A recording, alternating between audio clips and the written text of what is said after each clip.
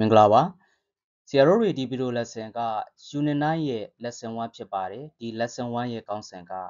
A special celebration for my birthday ဖြစ်ပါတယ်ဆိုတော့ဆရာတို့ဒီသင်ခန်းစာကိုလေ့လာကြည့်ရအောင်ဒီသင်ခန်းစာမှာဆိုလို့ရှိရင်နှစ်ပိုင်းပထမတစ်ပိုင်းကကျတော့ making invitations invite ဆိုတာဖိတ်ခေါ်တာ invitation ဆိုတာဖိတ်ခေါ်ခြင်းပေါ့နော် making invitations ကိုက birthday party ကျင်းပမယ်ဒါမှမဟုတ်အလူမင်္ဂလာဆောင်နေ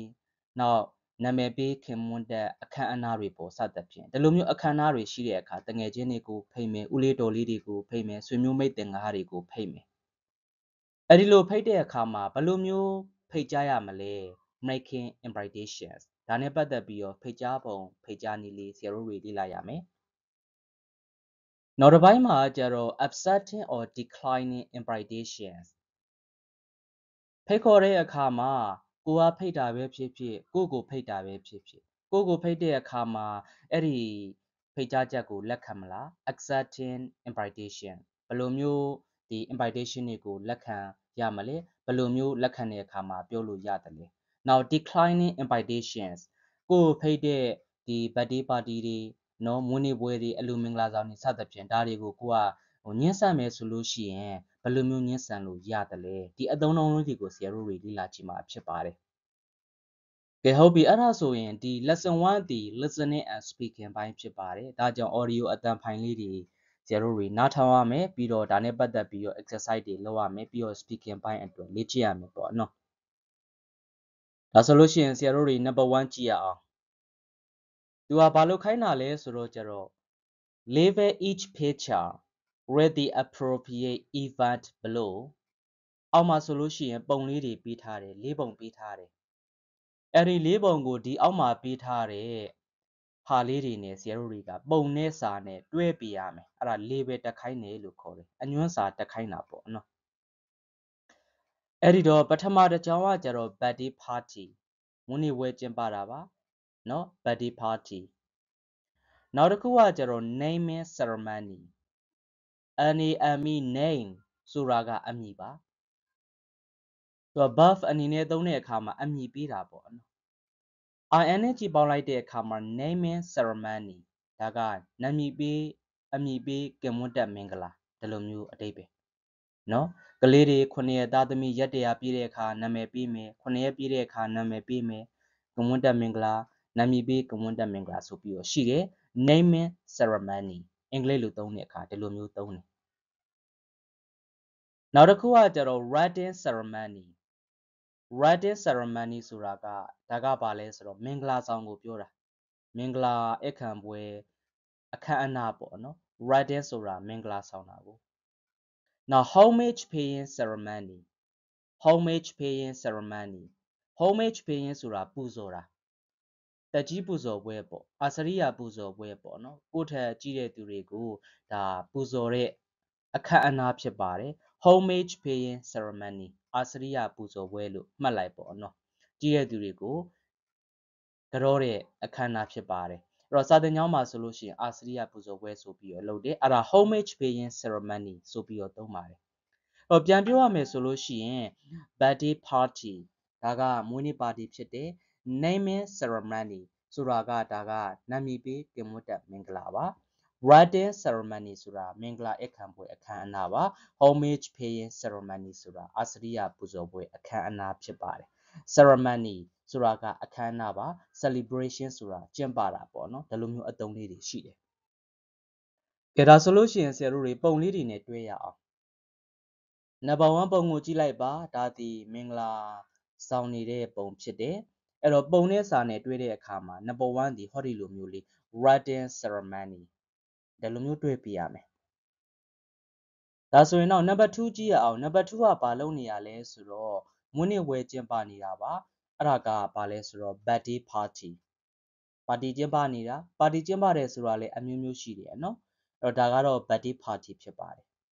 နောက်တည်ထားရမှာက birthday ဆိုတာလေနောက်မှာ party ဆိုတာကလည်းနောင်ပါနောင်နှလုံးအဲ့ဒီလိုမျိုးရှင်းပြီးတော့ရေးလို့ရတယ်အထက်ကကောင်ကလည်းနောင်နှလုံးရှင်းပြီးတော့ရေးထားတာပဲ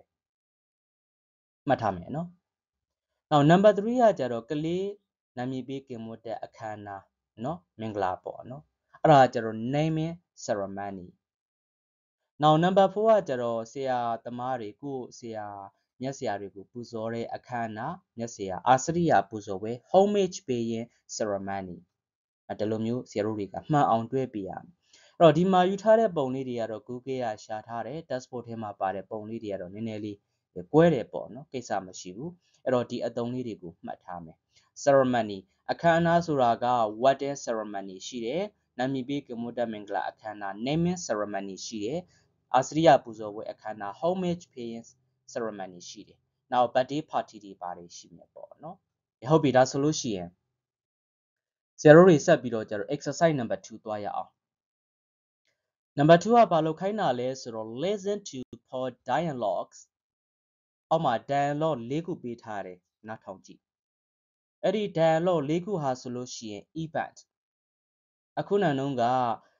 naming ceremony တို့နောက် homage paying ceremony တို့နောက်ပြီးတော့ကျတော့ wedding ceremony တို့ birthday party တို့เนาะ၄မျိုးပေါ့เนาะအဲ့ဒါဒီပါလဲဆိုအခမ်းအနားတွေအဲ့ဒါကိုအင်္ဂလိပ်လို event ဒီလိုမျိုးသုံးတယ်အဲ့ဒီအခမ်းအနားတွေက when ဘယ်အချိန်ကျင်းပတာလဲ where ဘယ်နေရာကျင်းပတာလဲအဲ့ဒါကို dialogue လေးပေးထားတယ်နားထောင်ပြီးတော့ and complete the table ဟောဒီမှာပေးထားတဲ့ကွက်လက်ကလေးတွေကိုဖြည့်ခိုင်းတာဒါဆိုလို့ရှိရင် number 1က naming ceremony ဘယ်အချိန်မှာကျင်းပတာလဲဘယ်နေရာမှာကျင်းပတာလဲနောက်စာသင်ကျောင်းမှာကျင်းပတဲ့ဟာကဘယ်အချိန်မှာကျင်းပတာလဲအဲ့ဒါကဘာ event လဲတော့တချို့ကကျတော့ event ကိုမိထားတယ်တချို့ကအချိန်ကိုမိထားတယ်တချို့ကွက်လက်တွေကနေရာကိုမိထားတယ်အဲ့ဒါဆရာတို့တွေနားထောင်ပြီးတော့ကွက်လက်ဖြည့်ကြည့်အောင်ကဲနားထောင်မယ်ပြီးတော့ခုဖတ်တာကိုဖြည့်လိုက်ပေါ့နော် Dialogue 1 Hello, Salsa. Hi, Min Min. How are you? Fine, thank you. We are having a naming ceremony for our baby girl at the Shuichang Monastery. Would you like to come? When? This Saturday at 9 a.m. I'd love to, but I have to go on a business trip. Oh, what a pity. Anyway, have a nice trip. Dialogue 2 Hi, Zinzin. Hi, AA. We are going to the homage-paying ceremony at school. Would you like to come? That sounds great. When? On 28th January at 10 a.m. Thanks, I shall. See you. Bye. Bye. Dialogue 3 Hello, Nini. Hi, Mumu. You look happy. Well, my brother is going to get married at the Rainbow Hotel. Would you like to come to his wedding ceremony? When? Next Sunday from 1 p.m. to 3 p.m. I'm sorry. I can't. I have to meet my grandparents at the airport. That's okay. Dialogue 4 Hey, Meini. Hello, Kopu. I'd like to invite you to my birthday party. When? On 10th December from 5 p.m. to 9 p.m. Where? At the Star Restaurant. Certainly I shall. Okay. See you then. See you. Bye. ကဲဟုတ်ပြီဒါဆိုလို့ရှိရင်ဆရာတို့တွေဖြည့်ထားတဲ့အဖြေလေးတွေကိုအဖြေတိုက်ကြည့်အောင်အခုနကတော့ပြောသလိုပဲ number 1က naming ceremony နာမည်ပေးကင်မွတ်တဲ့မင်္ဂလာပေါ့ကလေးတွေနာမည်ပေးတာတချို့ကကြတော့ဘေးဒင်းနေပါတွေတွက်ချက်ပြီးတော့ပေးတယ်ရှေ့တုန်းကလည်းဘေးဒင်းနေပါတွေတွက်ချက်ပြီးတော့ဇာတာကွမ်ဒီလိုမျိုးချိန်ကိုက်ပြီးတော့ကြတော့ဇာတာရေးတယ်ပေါ့နော်အခုခေတ်မှာတော့ဒီလိုမျိုးမရှိတော့ဘူးတချို့ကတော့ဘေးဒင်းနေပါတွေအခါချင်းငွေပေးပြီးတော့မေးတယ်အဲ့တော့ naming ceremony ဘယ်ချိန်မှာကျင်းပတာလဲဆိုတော့ this Saturday at 9 a.m. နာမည်ပေးကင်မွတ်တက်မင်္ဂလာဆိုတော့မနက်ခင်းပေါ့9နာရီစနေနေ့နေရာကရွှေကျောင်း monastery monastery monastery ဆိုတာကဘုန်းတော်ကြီးကျောင်းပါเนาะစာသင်ကျောင်းကကျတော့ school ဒါကျတော့ monastery now number 2ကကျတော့ homage paying ceremony Daga Asriya Puzorwe, Jimbaraga, Daga Bale Suro Jero, January La Nase Shia, at 10 a.m. Manat Senaima, Jimbara Chibai. Jimbare Niaga Asriya Puzorwe Suro our school, Southern Yama Jimbama Bono. Now, number 3 at the wedding ceremony. Mingla Ekamwe Akanaga Nap Sunday from 1 p.m. to 3 p.m. Danileke, the Ninganima. The Chuajaro Kamarima Dwasawni. Though you are the lead solution of Manakema, Manashina Yani Saturday Ekambwe at the Lumu Mingla Ekan Chamber, no? Dimaro Rainbow Hotel. Hude Madwabido Akanari Kamarima Dwabio Jimbara Chite. Now, number 4 at the birthday party. Do a Dizamala say yapa? No, da a chema. A Dizamala say a chain up from 5 p.m. to 9 p.m. Da Nyaniba. Birthday party Suraga the Chua Nyama Muide, Yanima Muide to a Yanima Jemba Dade no Manabai Muide to a Manabaima, birthday party lowly shide. Or Dimaja or Benia Les Star Restaurant. Dajaro Satao Saima.